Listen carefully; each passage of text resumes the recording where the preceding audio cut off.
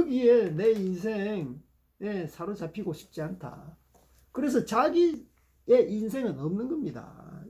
없는 겁니다. 이게 이런 정신이 풀려요. 사도 바울이 복음 전할 때 우리는요, 하나님께 헌신하고, 야, 당신의 정말, 당신께서 막 인정하는 사도가 되겠습니다. 이민족 저민족에게 가잖아요. 그런데 이런 저항이 있을 때,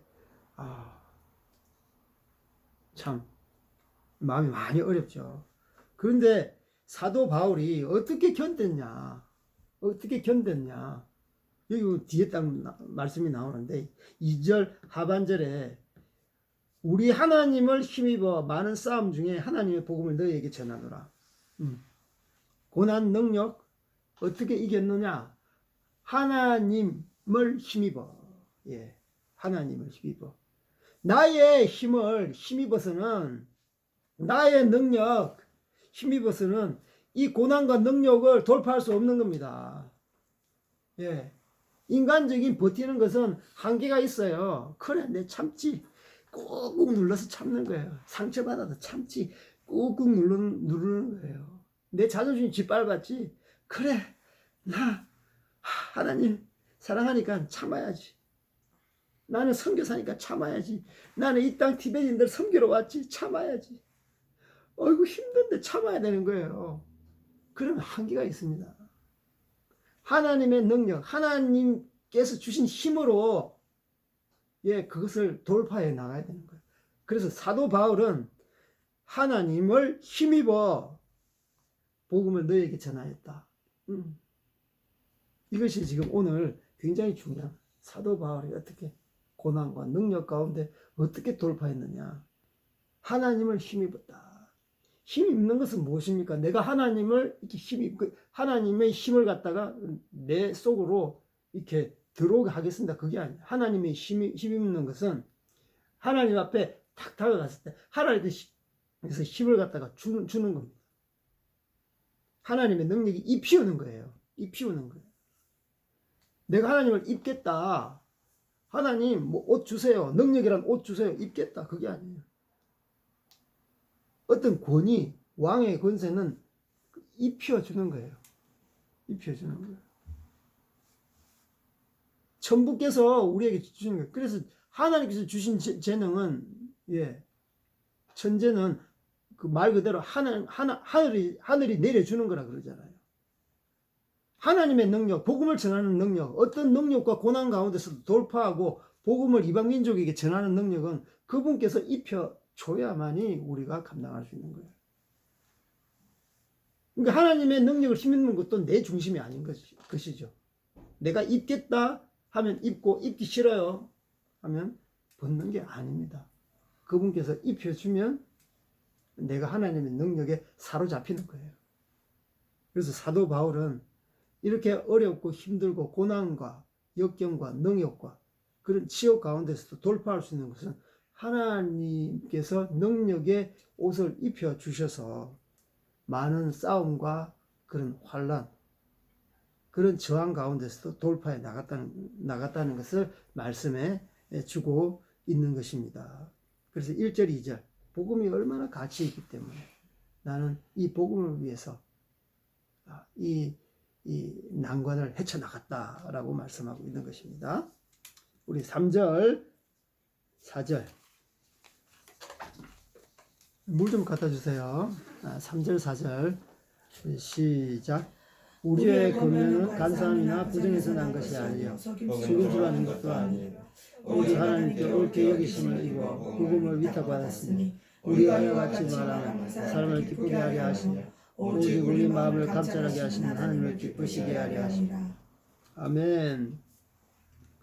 하나님의 어떤 복음을 받들어서 이방 민족에 전하는 것은, 이것은 결국은 이방 민족을 기쁘게 하는 것이 아니다. 사람을 기쁘게 하는 것이 아니야. 분명한 것.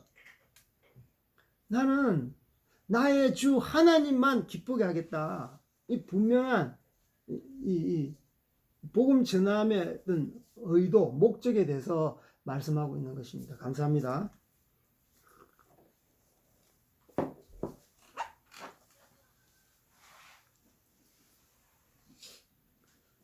우리 3절에 보면 우리의 겉면이 먼저 나옵니다.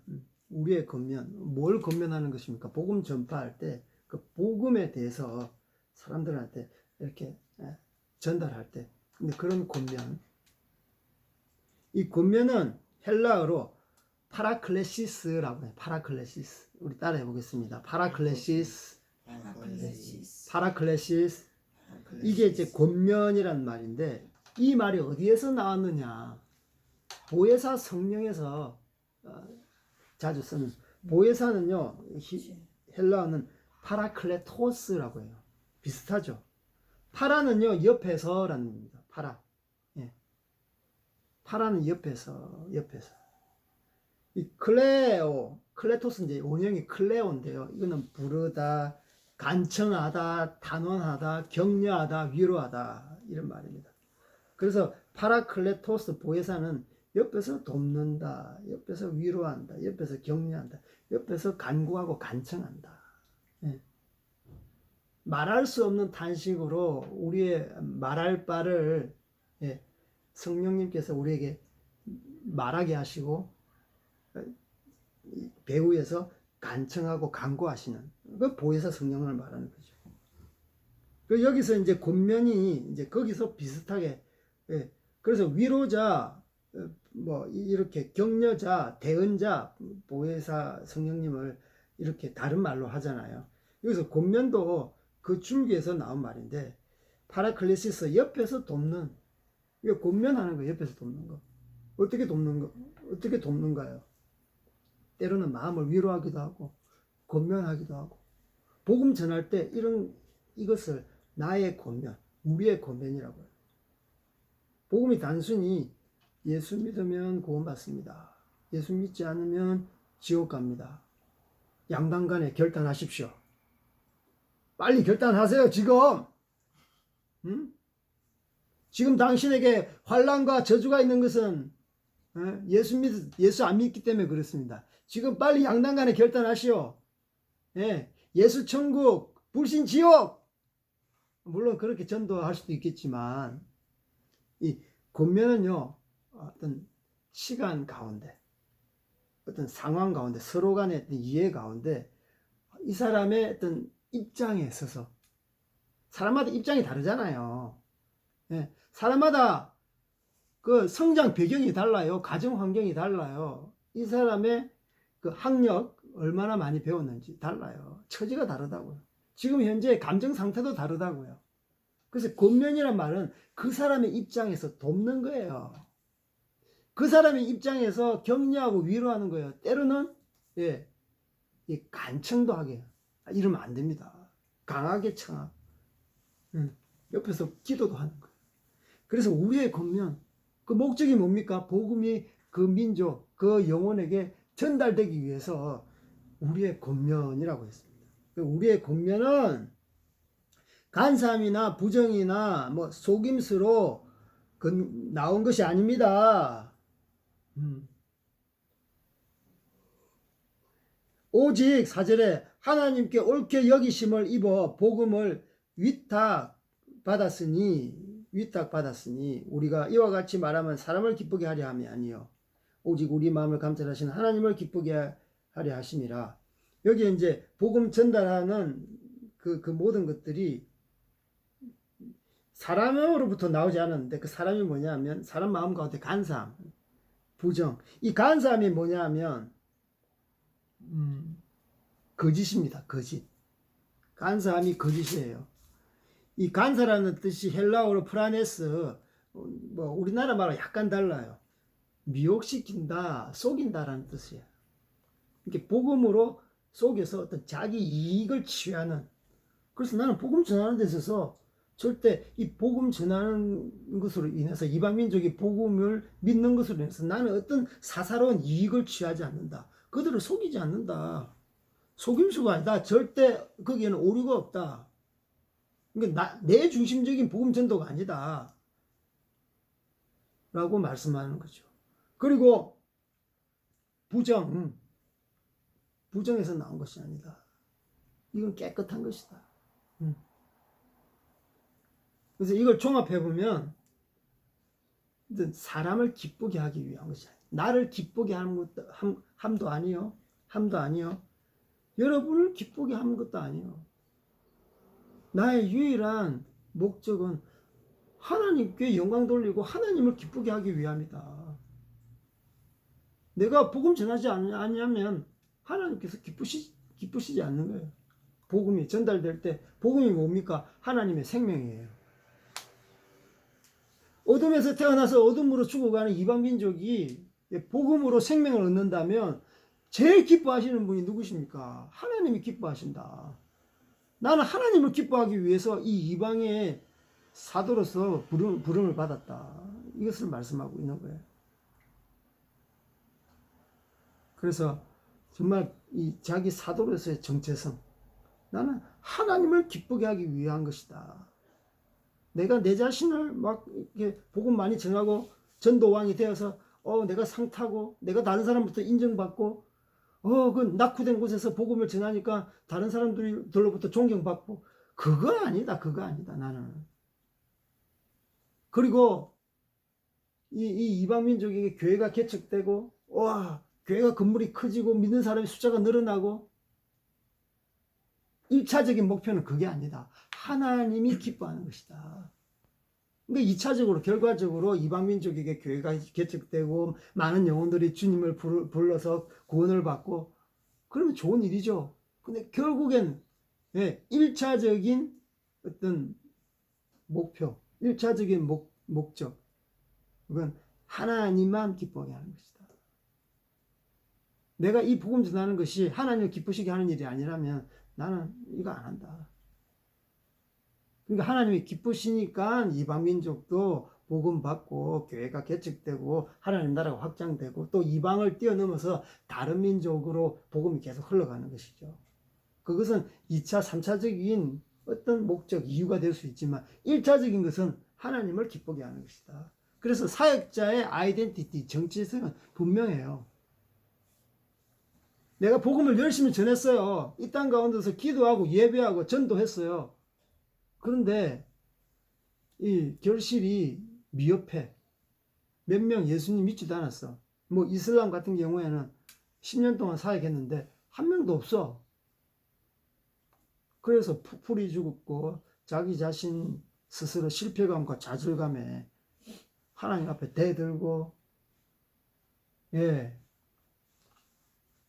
나를 이 땅 가운데 보내시지 않았구나.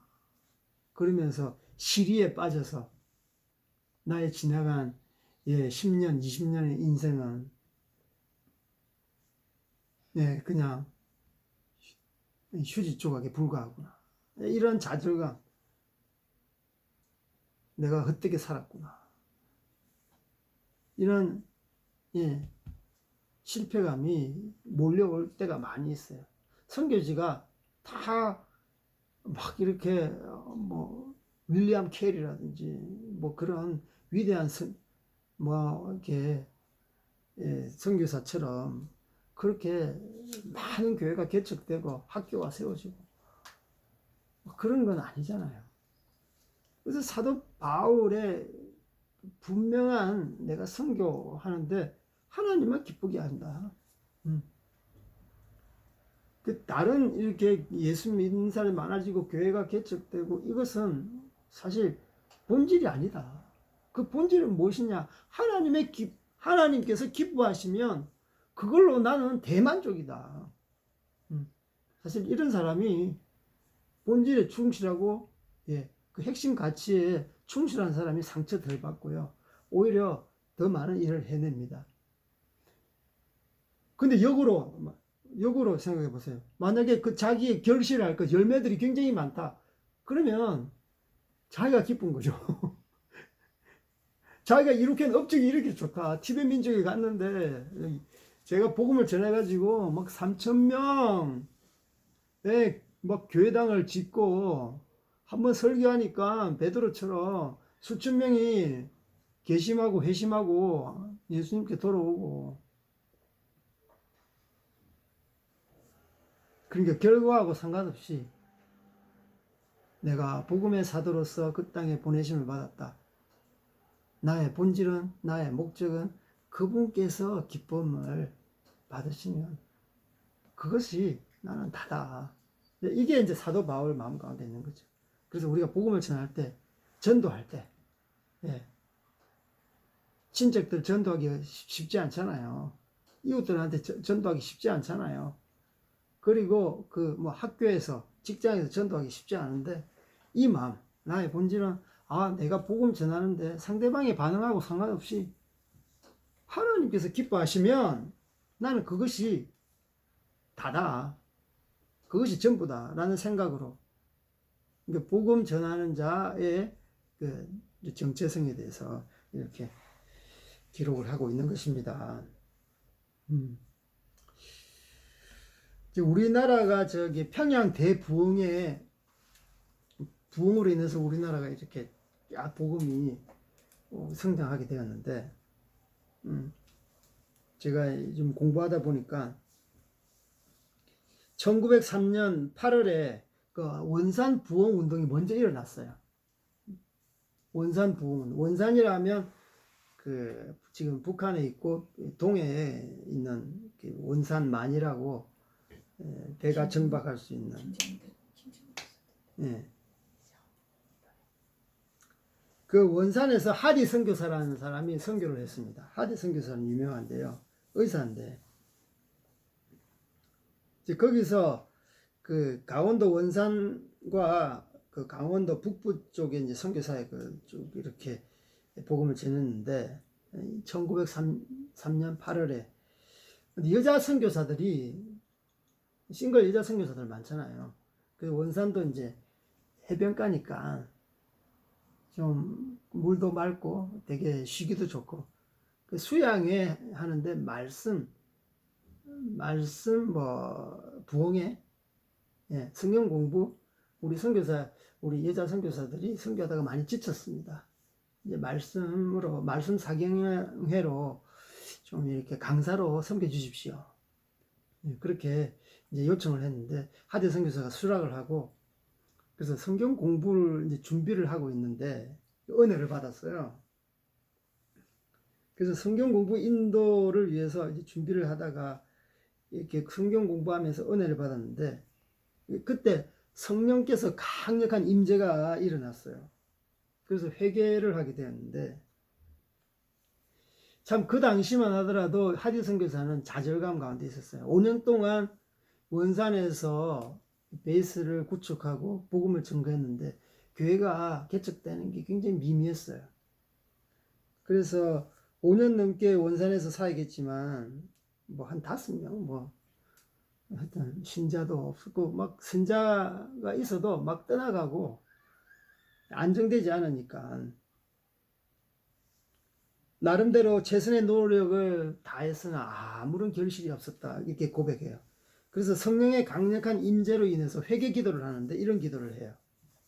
자신의 무능함을 인정하고 또 실패의 원인은 신앙적 허물이 자기는 많았다. 자기 교만이 많았다. 막 정죄하는 자기는 어이롭다 이런 신앙적 허물이 많았다. 그리고 하디 선교사가 캐나다 사람이 백인이거든요. 백인의 우월성. 이 조선반도에 있는 조선 사람들은 낙후되기도 하고 위생되지도 않고 예, 더럽고 예, 막 그러니까 백인만의 우월성이 있잖아요. 한국 선교사도 낙후된 곳에 선교하면 야 한국이 어떻고 한국 케이팝 가수가 어떻고 한국 경제가 어떻고 한국 드라마가 어떻고 막 좀 이 목에 이렇게 꼿꼿해지면서 우월성이 있어요. 선교사는 좀 덜하지만 단기 선교 온 어르신들은 막 한국어로 복음 전하는데 한국어 읽어. 야 한국 뭐 초콜릿 주고 한국 뭐 물건 한국 뭐 사진 딱 찍으면서 야 한국 케이팝 가수 예 한국의 물질적인 그런 우수성 경제 부강 한국의 문화의 우월성 그걸로 전파해요. 선물을 많이 갖다 주니까 예, 복음은 나중에 전하는데 복음의 가치가 희미해져. 예, 무슨 말인지 알겠어요? 한국의 문화와 한국 경제 가치가 너무 우월하니까 티베트 사람들, 잘 못 사는 민족들한테는요, 그들의 눈에는 복음보다는 물질, 야, 컵 되게 좋네. 성경 말씀보다는 여기에 눈이 간다니까. 야, 볼펜 너무 좋다. 네, 학용품. 애 사회 갈 때 학용품 확 나눠주거든요. 실제로 가장 고귀하고 가치 있는 것이 성경 말씀인데, 이런 선물 때문에 한국의 경제가 어떻고, 뭐 가수가 어떻고, 이런 성경 외적인 것 때문에 복음의 가치가 가려지는 거예요. 복음의 생명력이 가치가 가려지는 거예요. 그래서 자기의 백인의 우월성이 있다는 거예요. 하디 선교사가. 하나님께서 성령을 강력하게 임재해 주시고 그 마음을 조명해 주시니까 자기 허물이, 자기 죄악이, 자기 의가 드러나는 거예요. 그래서 자만심에 찬 권위주의가 내한테 엄청나게 나를 지배했구나. 그래서 회개에 기도하고 하나님 앞에 잘못했다 용서를 빌고 그때부터 내가 이렇게 지치고 있고 사역이 풀리지 않는 이유가 이런 것이 있었구나. 문제가 외부적인 문제가 아니라 내 자신 내부적인 문제가 있었구나. 이제 그렇게 철저하게 회개를 하게 되었어요. 그리고 난 뒤에 계속적으로 어떤 이 성경 사경회가 굉장히 큰 반향을 일으켰어요. 그래서 그 여성 싱글 선교사님들이 너무 은혜를 받아가지고, 예, 야, 하디 선교사가 그때 성경 말씀을 전하는데 회개하고 기도하고 자기의 삶을 나누는데, 야, 우리도 회개하게 되었고 그렇게 되었다. 그래서 그게 선교사들한테 쫙 퍼지면서 여기저기 강사 요청이 들어왔어요. 그러면서 원산 부흥 운동이 촉발되어서 그 몇 년 후에 평양 대부흥이 그렇게 일어난 것이죠. 그래서 원래 우리나라 이제 기독교회사 전문 역사학자들이 원산 부흥 운동